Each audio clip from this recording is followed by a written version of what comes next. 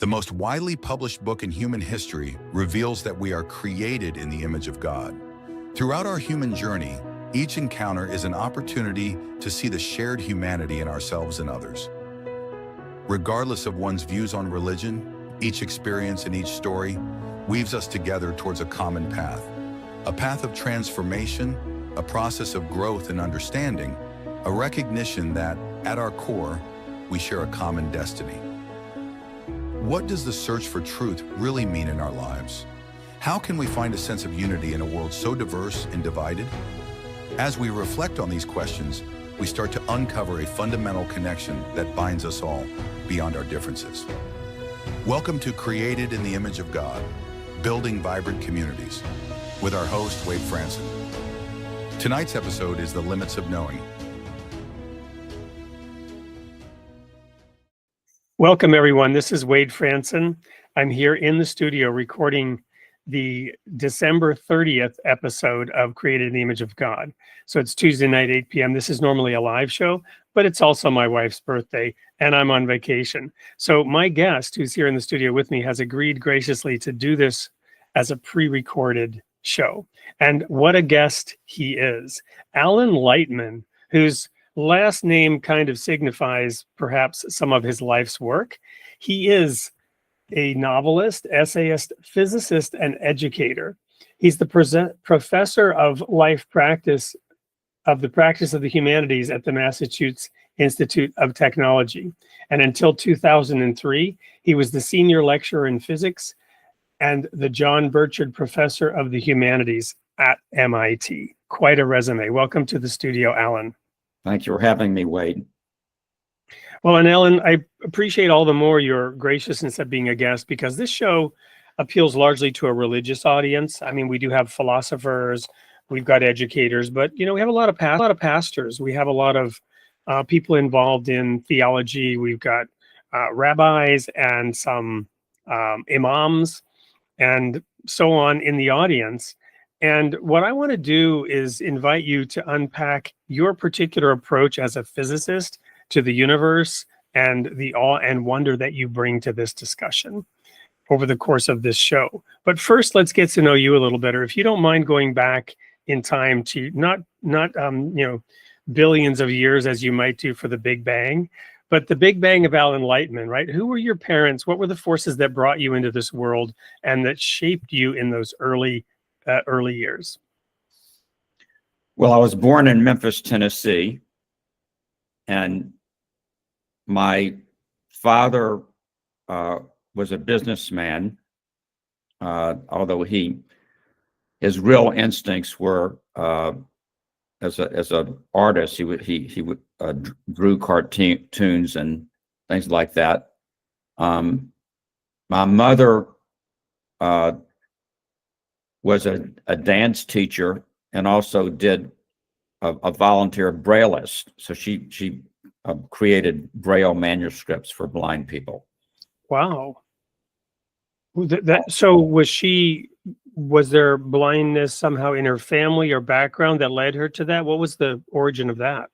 No, there was no blindness in the family. She just felt a calling to do this.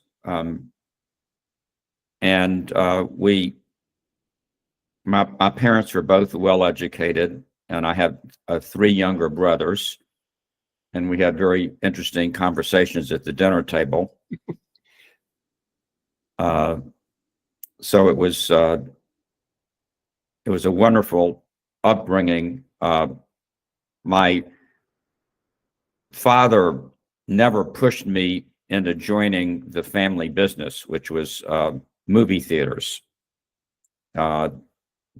He owned a bunch of movie theaters, and I did watch a lot of movies as a young person, and this had a big impact on me as a writer,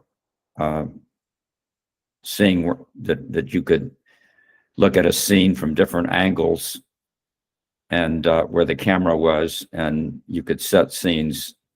So people have told me that my writing is very cinematic, and I think it stemmed from that early age of going to lots of movies. I had an interest as a child in both the sciences and the arts. I wrote poetry and read short stories, but I also built rockets and remote control devices and things like that. So I had an early interest in both the sciences and the arts.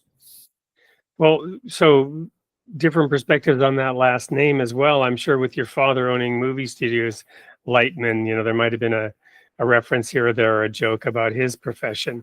But I'm curious also, what kind of cartoons, and is it anything anyone here would be familiar with that he was involved in?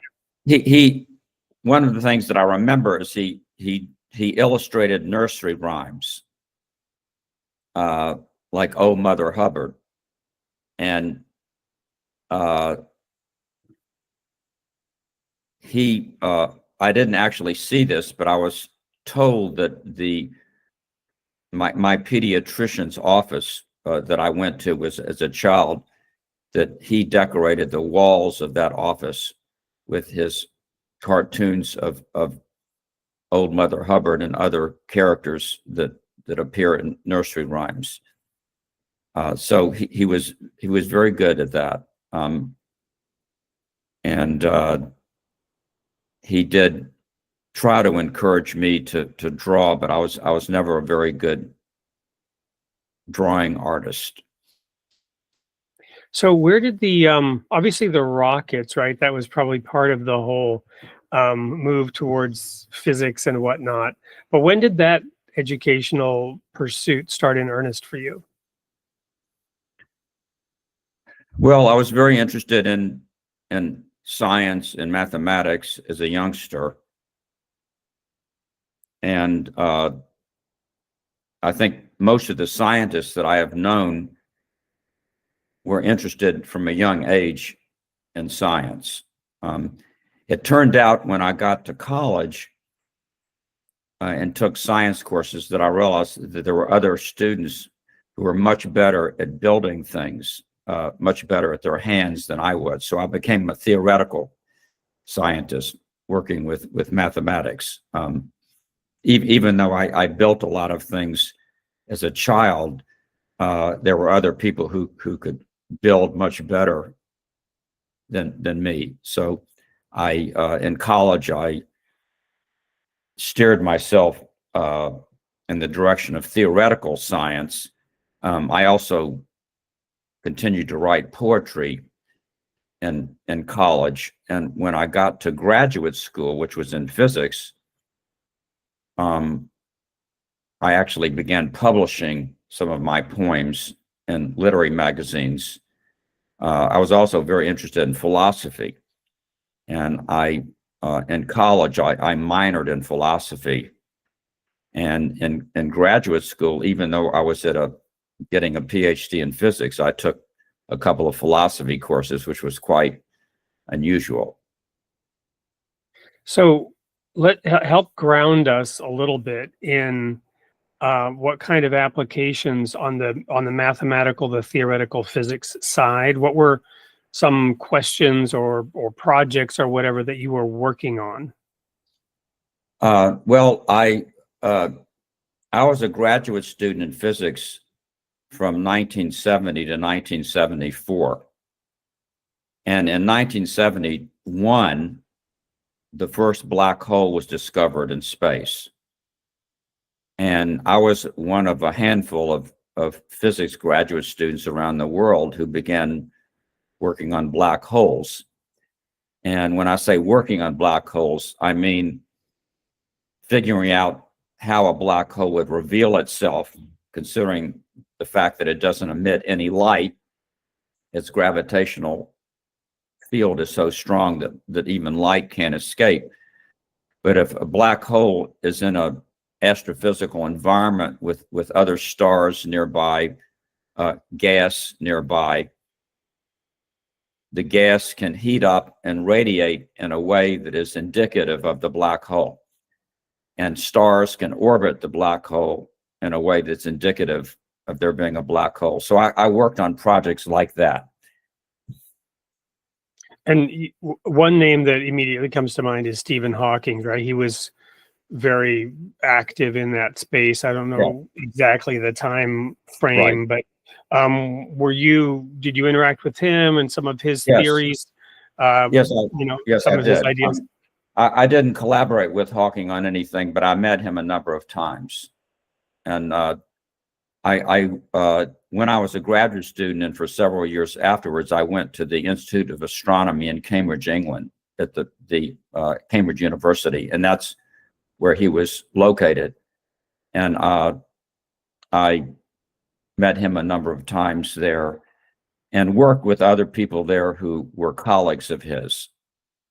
Well, and speaking of cartoons, another thing I always think of is The Far Side, right? Because you have these, you're familiar with Gary Larson, The Far Side. You have Right. these scientists in some room doing equations and whatnot, and then you have this sort of inane, like almost kindergarten antics of them, arguing over a theorem or somebody's, spilling a flask of whatever. I can't remember the exact jokes, but so were there like competing ideas, and were there sort of moments that were memorable in human terms as you're deep involved in these heavy mathematical equations and figuring out these big ideas? I'm just curious, what it was like working then with other people in that same kind of, and perhaps not in the same room, but perhaps across published articles, if you know what I mean. Well, it was an exciting time, and I think probably every era has exciting things going on.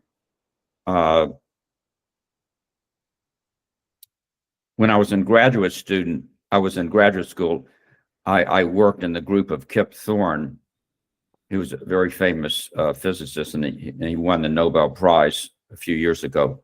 He was the leading theorist on the project that discovered gravitational waves. And these are waves of energy that are the analog of light waves, except they're produced by large masses. And they reveal things about the universe that light does not reveal. For example, the collision of two black holes would create gravitational waves from which you would infer information.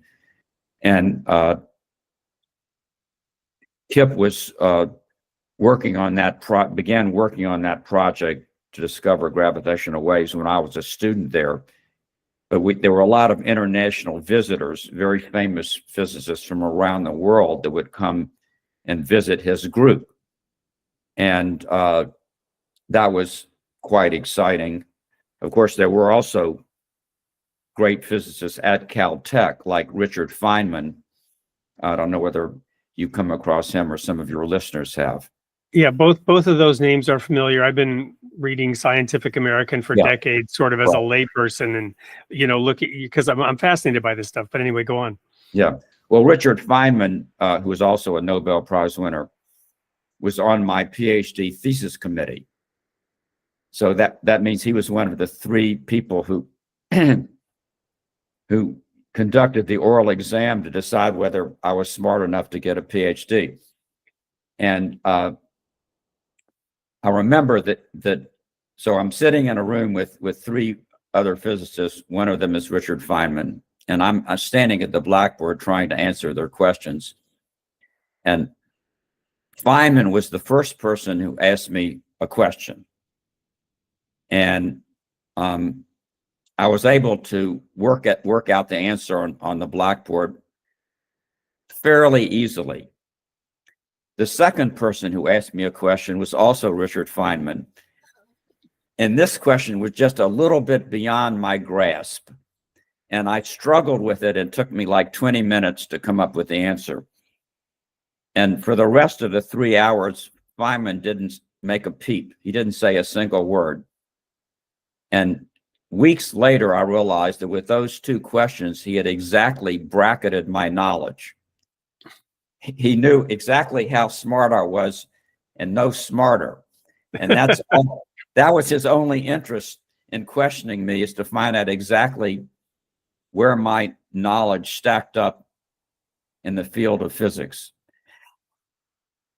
I'm reminded of that Einstein quote, "Things must be made as simple as they can be and no simpler." Yes, right? He nailed exactly where you were on the continuum. He and that was important to him. Yes. Well, wow. So meanwhile, you're taking at least some philosophy classes. So what was that intersection like? What was the particular area of philosophy that was appealing to you at that time? Well, I was interested in the classical philosophers like Hegel and Kant and Nietzsche, but I was also interested in the philosophical questions raised by physics. And physics, among all other sciences, raises the deepest philosophical questions. How did the universe begin? Why is there something rather than nothing? Is life special in the universe? Do you need special conditions for a universe to have life? And these questions are at the frontiers of physics, and being philosophically minded as I was and still am, that attracted me to philosophy. Yeah, I can absolutely see that. So, in that regard, those questions, studying particularly black holes. When I think of that, black holes, quantum physics, are armchair amateurs, right? Who see these things, come up with ideas. I've done this, right, based on what I come from. You see in the back of me is the sun and the moon. Yes. And I always go back to the book of Genesis. In the beginning, God created heaven and earth, and it says he put the greater and lesser lights in heaven, right? Mhm. And I've often gone back to Genesis and sort of noodled around on these same questions. But for you, you're actually there doing the math and able to, have a PhD dissertation discussion with people who have won the Nobel Prize. So what are some of the conclusions or maybe ahas that you were either searching or perhaps even accomplished as you were looking at that intersection of your study around the black holes, meanwhile taking some philosophy classes? Were there any particular sort of epiphanies that came to you? Einstein famously said, I want to know God's thoughts, the rest are details. And whatever he meant by God, who knows? But Yeah. Well, I'm thinking about that.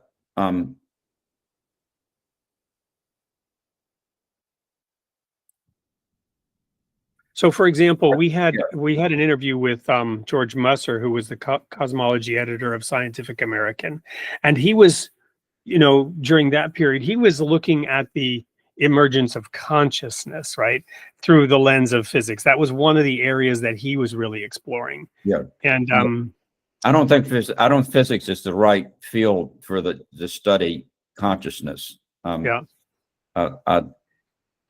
I think that's a question of neuroscience.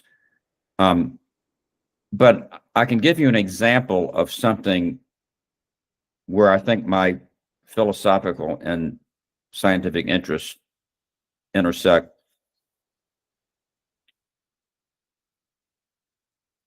There, people since the 1960s, physicists have noted that our universe has very special properties to allow the emergence of life. And I'm not talking about just only life like us. I mean, life of any kind. You need complex atoms to form life.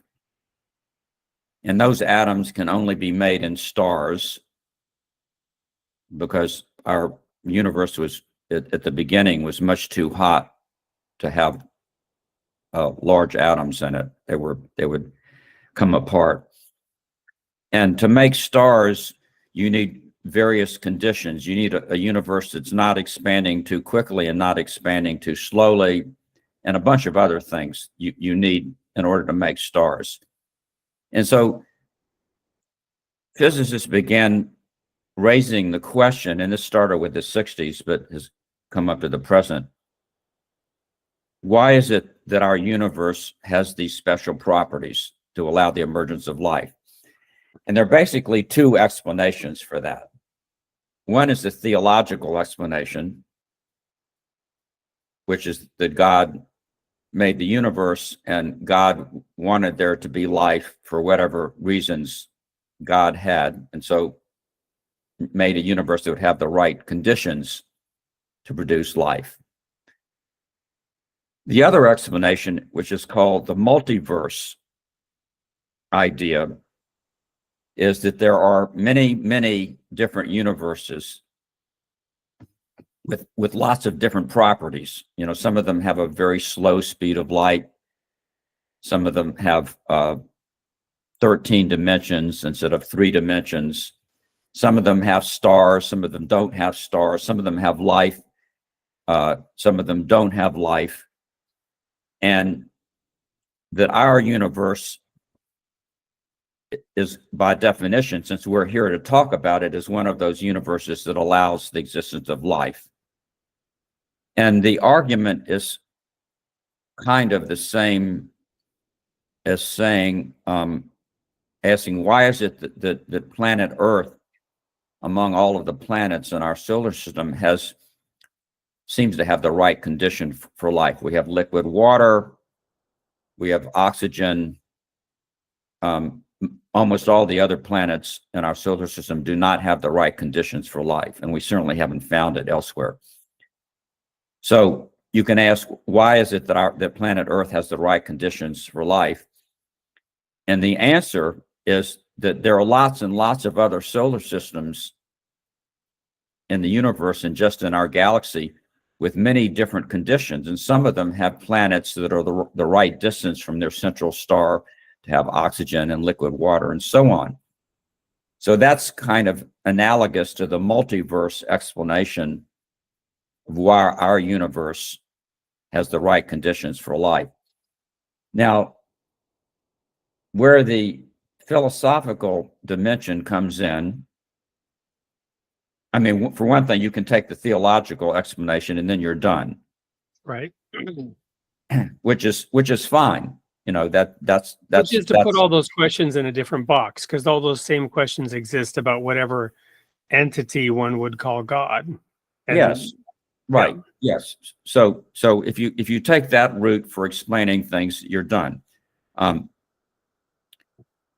But the multiverse explanation is tricky because there's no way that we can contact these other universes. Sort of by definition, they're out of causal contact, either now or in the infinite future. So we can't prove that they exist. And we have to accept their existence purely as a matter of faith, which is sort of like our faith in God. You know, in both cases, you have faith in something that you can't prove. And I find that juxtaposition very interesting. Is it poetic? Is it irony? Is it humor? We'll ask some of those questions when we come back. We're going to take a quick break, and when we come back, we'll have more with Alan Lightman on the intersection of physics and philosophy through the eyes of Alan Lightman. We'll be right back. My name is Alan Lightman. I'm a scientist and a writer. I've always been fascinated by that unique sensation we call consciousness, the feeling of being present in the world. Whoa. Careful. How does all that emerge from a collection of atoms and molecules? We have sort of also a concept of consciousness, mind, chit.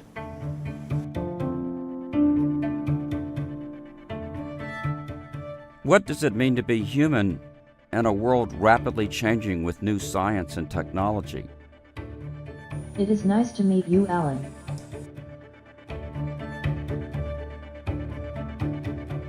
Let's push even further to see where we humans fit in the cosmos. Everything we do is connected with understanding the Big Bang and understanding how the universe came about. We are nature coming to know itself.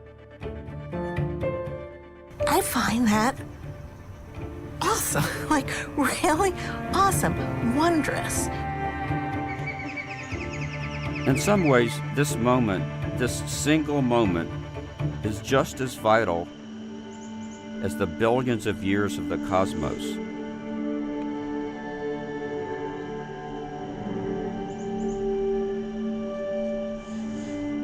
Every moment is a gift, if only we can grab onto it. I find this adventure that is not only a scientific adventure, but also a human adventure.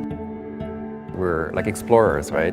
As scientists, we're always pushing the boundary of what we know. It's a thrilling experience, and it's also a bit addictive in a sense. Whatever this strange universe we find ourselves in, we're part of it. We're connected. That's meaning for me.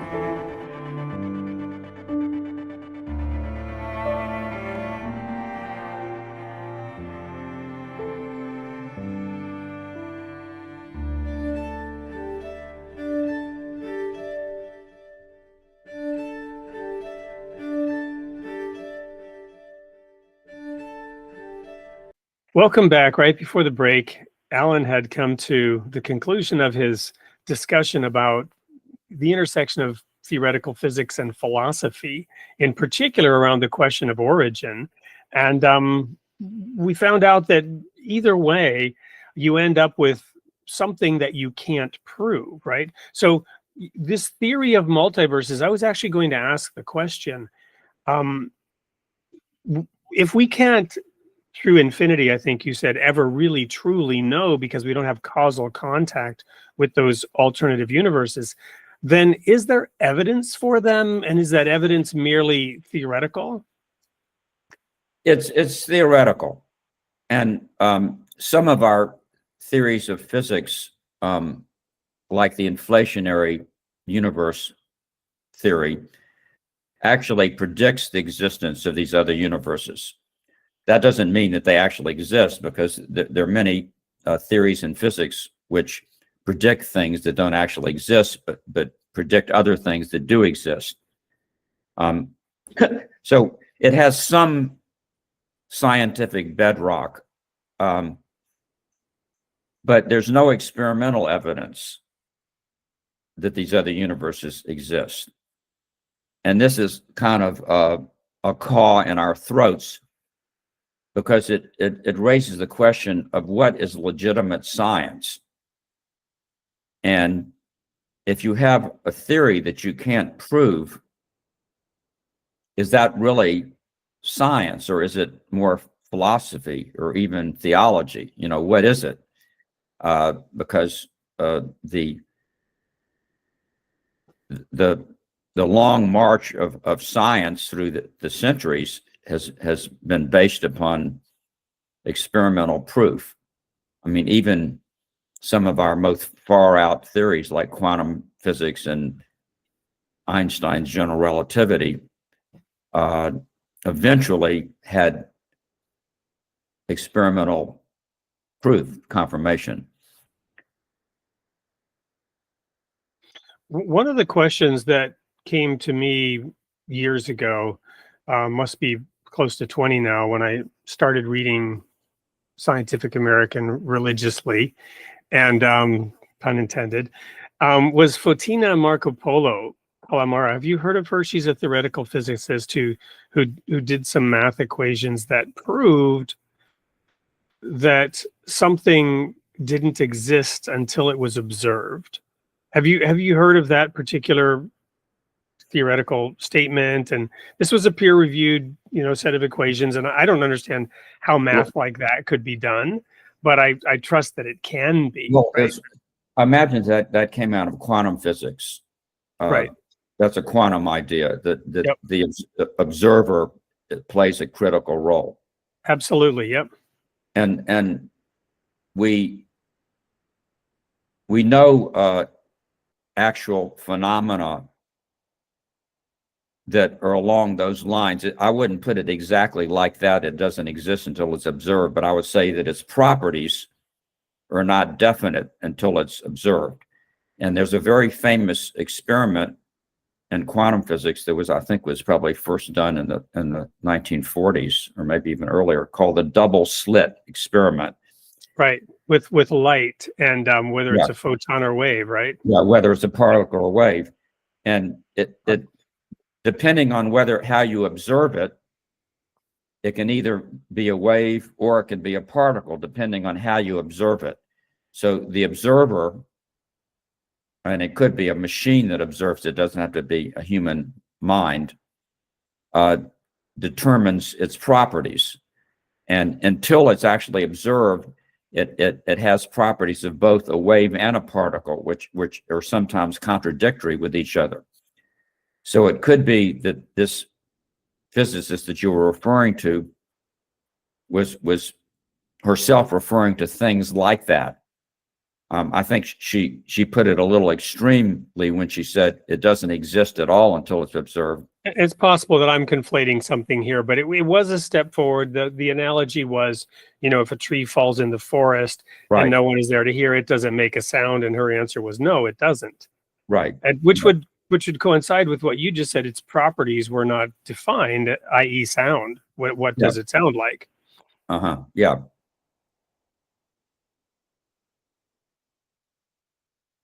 So that led to, some reflection on, again, consciousness, which, as you've pointed out, okay, we need to look at, the analysis of neuroscience, right?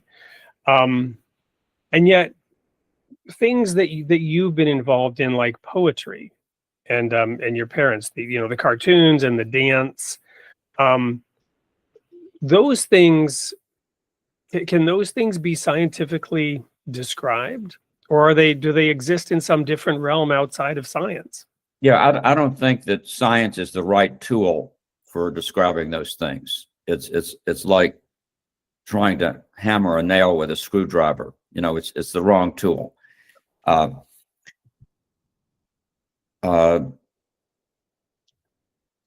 science, that would mean there would be limits to science. Oh, there definitely. Yes. How would you sort of describe, and I'm not seeking to pin you down, this is just a curious conversation, how would you seek to describe those limits and where science would break down and become ineffective? Well, I totally agree with you that science has limits. It's been very, very powerful as a tool for advancing humankind. It's brought us antibiotics and microchips and everything else, but it does have limits of validity.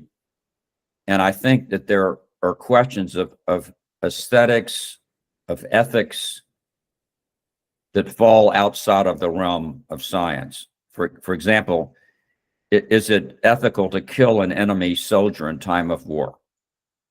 That's a very important question, but it's not a question that lies within the realm of science.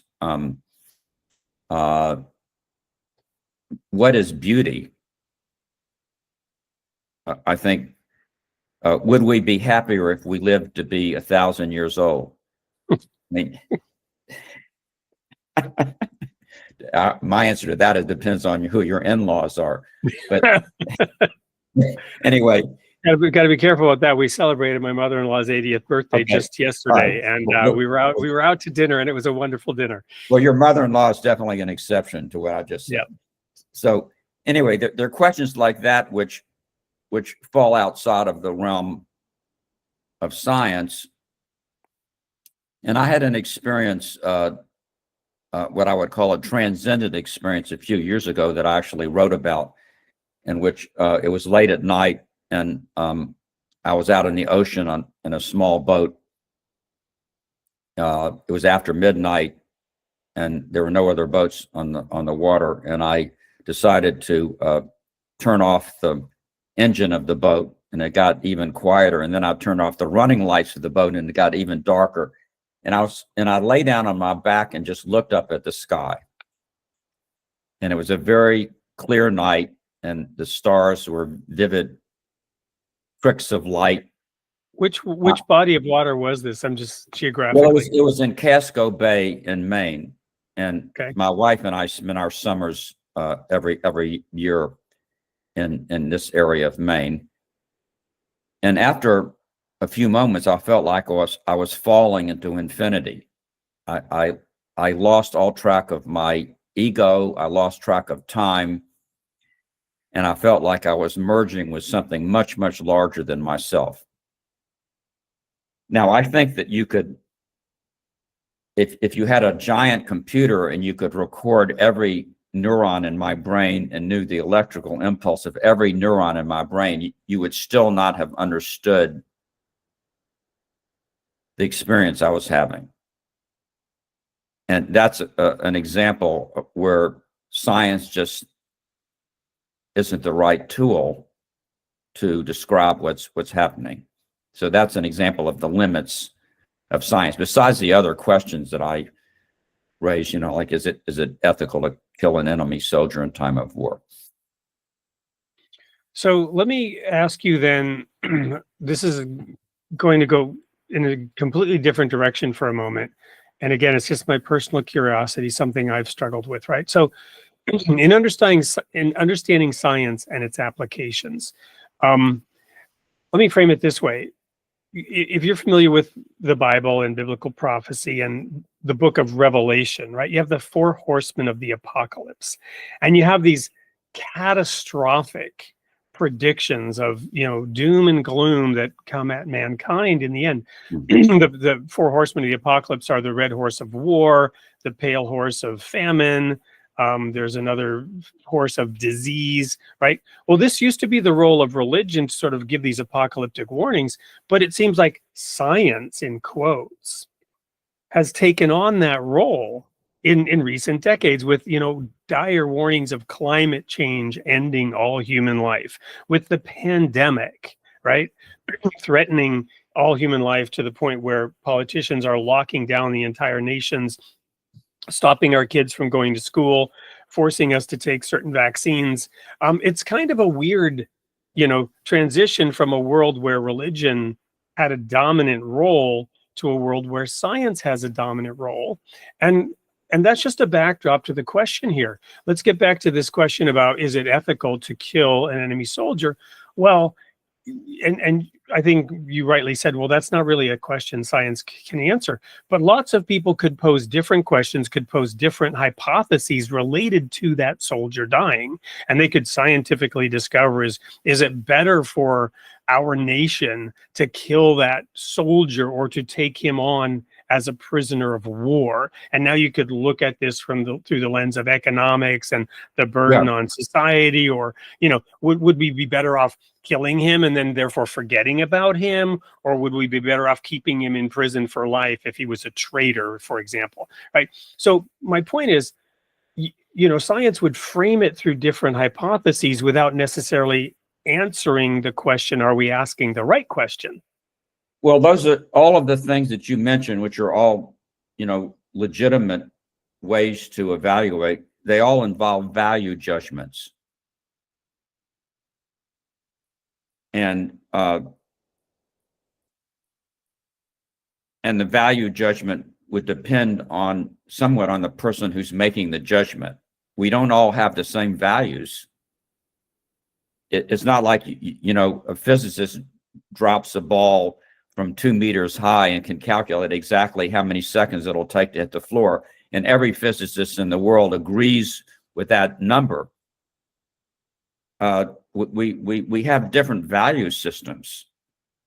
And so even though, an economist might analyze it one way and a war historian might analyze it another way,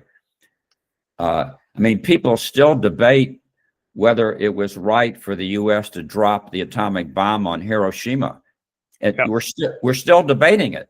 And there are arguments on both sides. Well, that's a great question. I've actually spoken about that relatively recently, because I did a little research into, one of the big questions was, this was necessitated in the eyes of America because they were demanding unconditional surrender, and that was not going to be granted. Meanwhile, Russia was coming in and they were trying to broker some kind of peace agreement, and they were not demanding unconditional surrender. But the question was, at that time, a lot of Japanese viewed their emperor as a god, and they were never. So to your point, you got all these convoluted questions, but this is a really great point in time, because the other thing I wanted to ask is, you get these incentive structures that are built up around big science, global science. You've got incentive structures and lobbyists in different countries around, clean energy and, around medicine, right? And vaccines and treatments. And so these incentive structures tend to skew what research is being done and who's paying for the research. And there's this meme out there that says, they told me to follow the science, I followed the money, and I found the science, right? So this is a big question. What's your take on that for these really big global questions about the future of humanity? Are we really doing pure science, or how does pure science get done when you have these massive incentive structures that get built over time? Yes. Well, I agree with you. There are incentive structures, economic and political. I think that there is pure science on all of these issues, in the sense that there is evidence-based critical thinking. For example, let's take the question, is climate change caused by human beings? Okay, which is a central question in discussing climate change. And there are many people who say it's not caused by human beings. That it's just, a temporary fluctuation.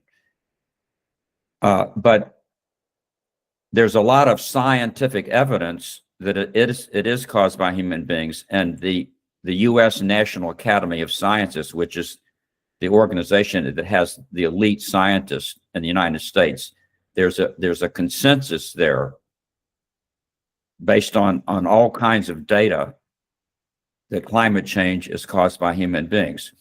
So that's the scientific fact. And also there's science behind the question of what is it that human beings are doing that's causing climate change. We're putting carbon products into the air. Many of them generated by fossil fuels. So that's the science. But then the question, what do you do about it? Then that becomes a political, economic, social issue. I mean, there are all kinds of arguments about what we should do about that, that bring in different points of view. And so I would like to continue to insist that even though there are political and economic incentives, but I think that in many of these issues, there is basic science at the core. That doesn't necessarily tell you what policies the government should make,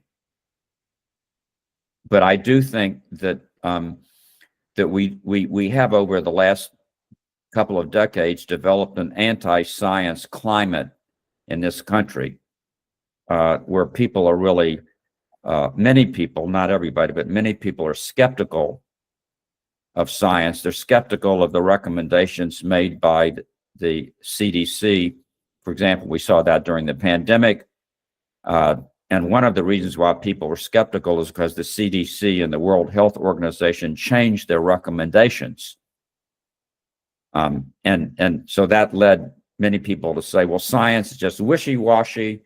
It's driven by economic and political interests.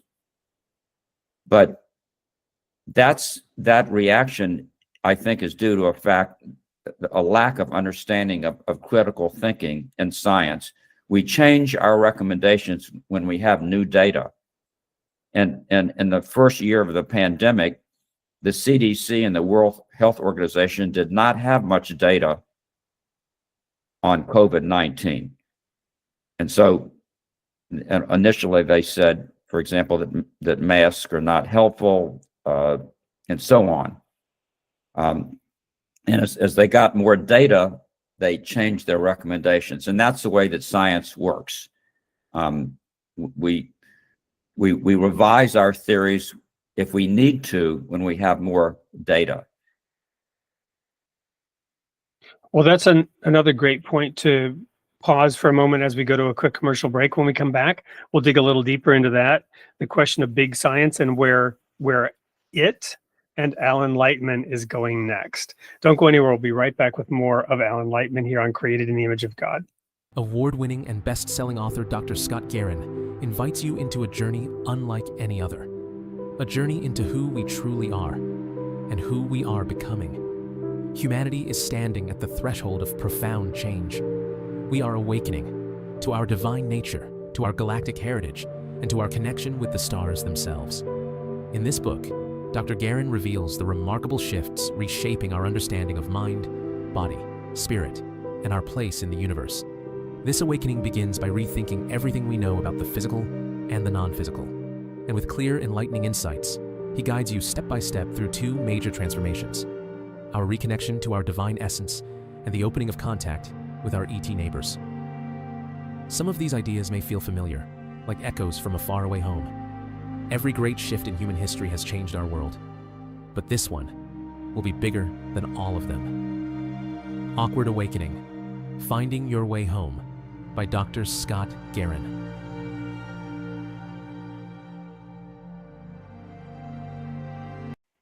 Welcome back to the concluding segment of Created in the Image of God for the special December 30th show. And right before the break, we were talking about recommendations being changed when new data comes in specific to the pandemic. And I think another big reason why a lot of people are skeptical, yours truly included, to the degree that I'm skeptical, here's one of the reasons why. And I'll ask you, Alan, your take on this.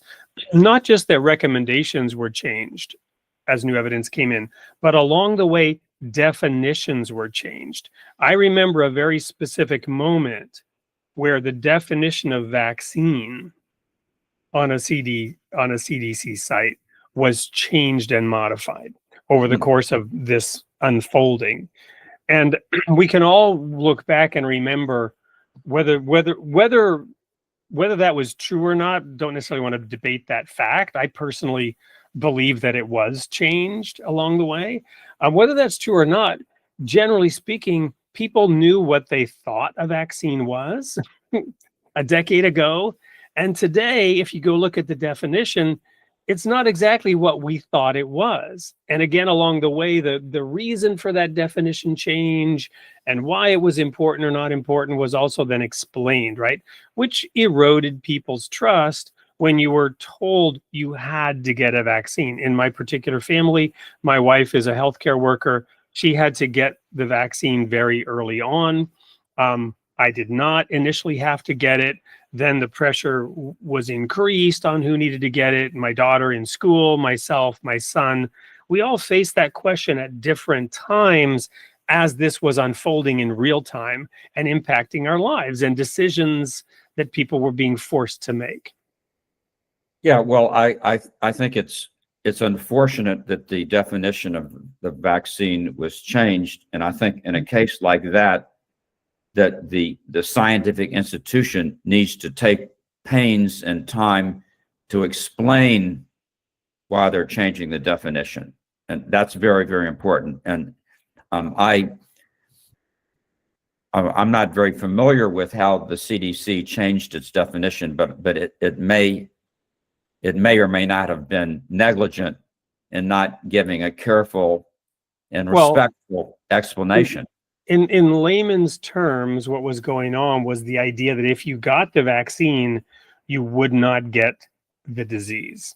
Oh, but well, then what Yeah. happened was, no, you would still get the disease, but it would not be as severe, and therefore the vaccine would protect your life because you would still come down with the actual disease, but you would have had an immune reaction that protected you and so on. And then there was a further question about, well, is the vaccine itself causing shedding? Are people who are not vaccinated catching the disease from people who got the disease from having been vaccinated? So you have this succession of questions, right? Now, I don't know if the science is settled on all that, but it's unsettling.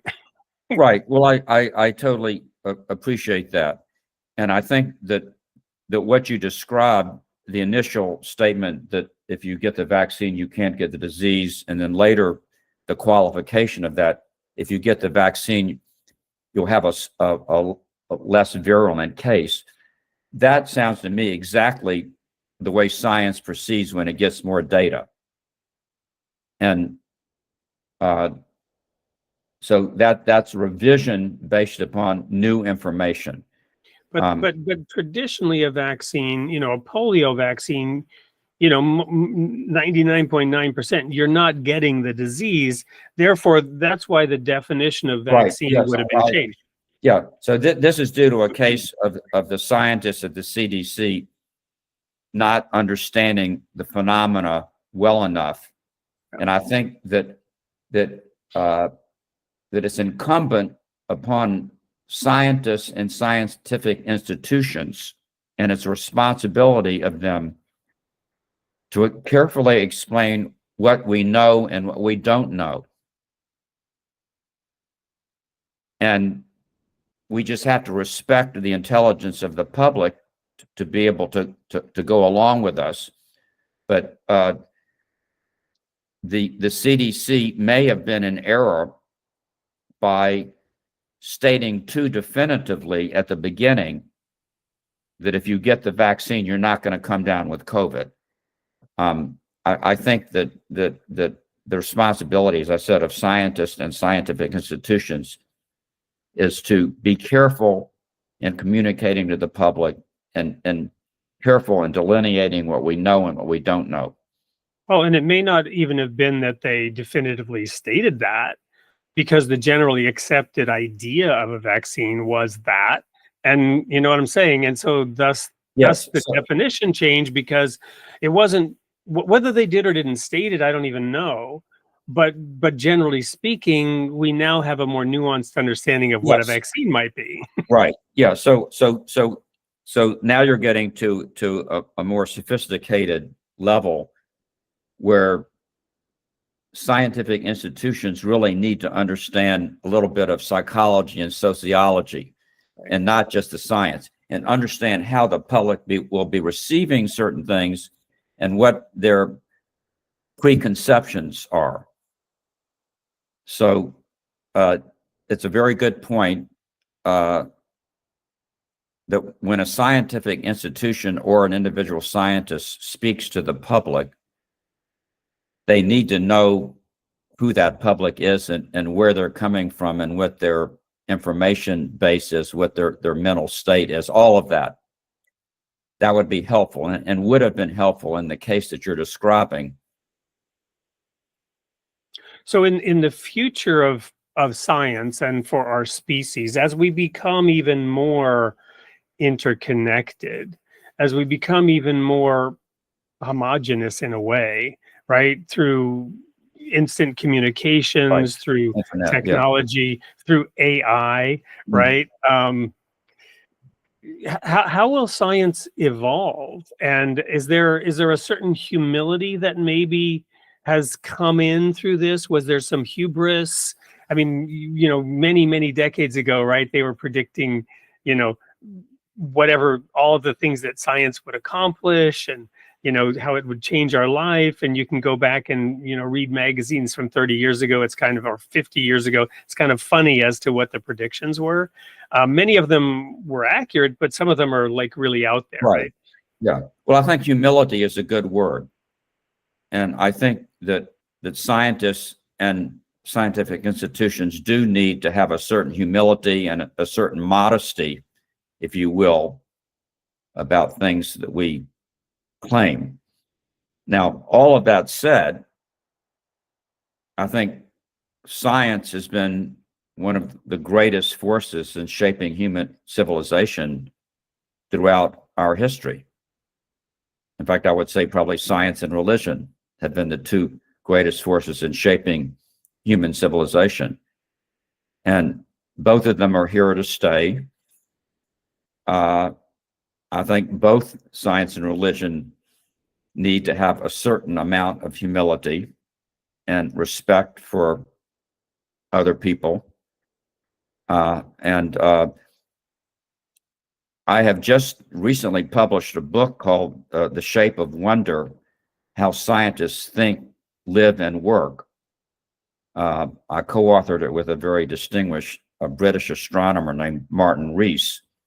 And in the book, we do have a whole chapter on the responsibility of scientists and scientific institutions. And it's very much along the lines that you and I have just been discussing. Could you repeat the title of that? It's called The Shape of Wonder: How Scientists Live, Think, and Work. The Shape of Wonder: How Scientists Live, Think, and Work. Would love to get a copy of that. I'll have to look it up. I'm sure we can get it on Amazon or anywhere books are sold. Yeah, you can get it anywhere. Yeah. Yeah. What was the collaborative effort like working on that book together with the gentleman? What was his name again from England? Martin Rees. Martin Rees. Yeah, he was the president of the Royal Society in England, which is their equivalent of our National Academy of Sciences, and he was also the Royal Astronomer of England. And there's only one Royal Astronomer at a time. I've known him for years, and he's a very deep thinker and also a very humble man. Speaking of humility, so it was great. He's a colleague of Stephen Hawking that we were talking about earlier. They're both at the Institute of Astronomy in England. Hawking had several affiliations. It wasn't only with the Institute of Astronomy, but they were both colleagues. Well, thank you so much for taking the time today. We're just about out of time. It's been truly a joy and a pleasure, and I really feel like I've learned a lot. And I'll be cogitating on this and writing a little article about what I learned after the show comes out. But what final thoughts would you like to leave with the audience today after having gone through these big questions, these philosophical questions, and looking at science, past, present, and future? Well, I don't know whether this is relates to science, but I'm reading a new book by a philosopher named Rebecca Goldstein. And the book is called The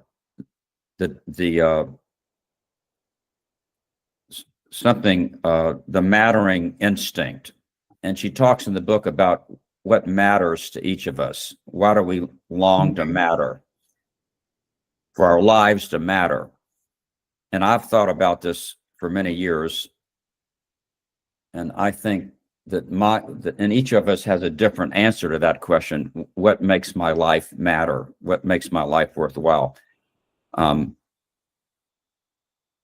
grown up with a certain amount of privilege. I had a middle-class family. I got a good education. My parents were educated. And I think that those of us who have privilege have a responsibility to help other people who don't have the same advantages that we do. And that's what makes my life matter. What are some of the ways in which you do that, in which you accomplish that, to extend what you have in love and generosity to other people? Well, about 20 years ago, I started a nonprofit organization that works in Southeast Asia called Harpswell. And we help empower young women to become leaders. And many of them come from very poor families. So that's something that I have done that I feel good about. It's helped me feel like my life matters. And of course, those of us who have children, we can feel like, we're contributing to the future if we give them the values that we think are important. Yeah, it's a funny thing. It's the inverse of that. I also have, I won't say that I come from privilege. There will be those who look at me and will say, well, of course you're a white male. Yeah, well, if you were kidnapped at age 9 and smuggled out of the country and ended up in an orphanage and lived in a tent in Alaska to get through your senior year of high school, you know, you might not feel so privileged. But having said that, my children, they had none of those experiences, right? So I'm very aware of trying somehow to work with them and educate them, to give them all the opportunities and everything that they should have and that you would want your children to have, and yet instill in them, you know, something that is the opposite of entitlement, right? Yes. And expectation that this is the way it always is, and make sure that and it's tough. It's tough to figure out how to do that. Well, I know that you've had a pretty amazing background in which you overcame a lot of obstacles, and I imagine that your kids recognize that and admire. You know, they don't want to hear about it. It's the standard. Oh, come on, Dad. You know, do we have to hear the tent story again? Well, they'll think about it more as they get older, I guarantee you. Absolutely. Absolutely. Well, Alan, what a pleasure. And give us the title of that new book one more time.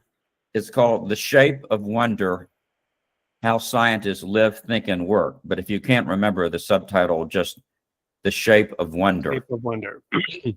Well, Alan, it's truly been a pleasure. I thank you so much for giving us this time today and for sharing it with the audience. I hope everybody got as much out of it as I have. There's one more thing left to do today, and that's for the sneak peek for next week's show. So for the audience, stay tuned, and you'll have a quick preview of what's coming next. And Alan, all the best in the new year, as we sound that tomorrow night, because it's December 30th. When this show is airing, and it's been truly a pleasure. I'll continue to follow you and invite you back at some point in the future if you're willing to continue this discussion. Well, thank you, Wade. It was a pleasure talking to you, and you had a lot of interesting things to say. So I learned from you as well as you learned from me. Well, thank you so much. It's very generous of you. We'll see you all next week. For the rest of you, remember, you are created in the image of God, or you know, you're part of this vast universe of wonder, and God loves his creation, and you are loved by the universe. So we'll see you all next week.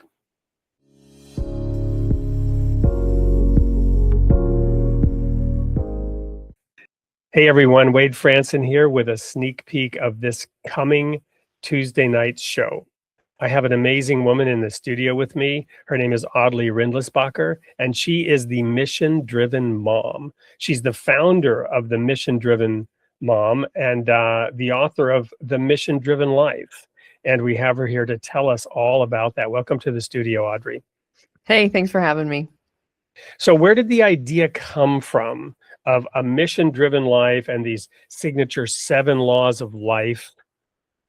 Where did all that come from?